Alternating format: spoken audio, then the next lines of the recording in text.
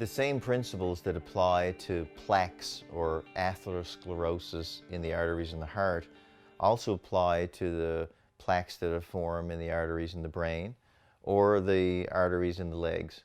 So we do know from research that if you have heart disease, you're much more likely then to have vascular disease in the brain, much more likely to have vascular disease in the legs. And in the same way, if you have symptoms of lack of blood flow in your legs, at least half of those patients have active heart disease as well. So the research is showing that the same process that happens in the heart of forming the plaques happens in the same frequency in the brain and in the periphery.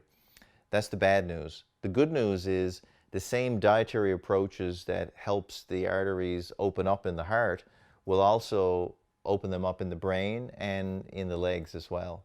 So it's really important that a no added oil, whole food, plant-based diet patients be educated about this, because it's been shown to improve narrowings in the legs and reduce claudication symptoms. And basically claudication is like angina of your legs, really.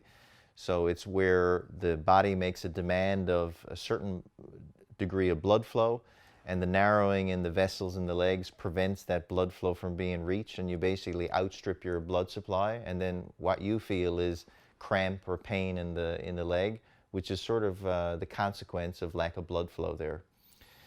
In terms of the brain, is there angina of the brain of sorts? Well, mental fogginess and confusion sometimes, which is sort of like a mini stroke or that type of symptom. But the same process, the plaque breaks off in the brain, the blood clot forms in the brain, and then whatever area of your brain that's subtended by that artery that lacks blood flow, now you'll result in a motor change in your body, and that's what a stroke is. So it's really critical that a whole food plant-based diet be information that not only heart disease patients, but all vascular disease patients be made aware of to reduce their future event rates.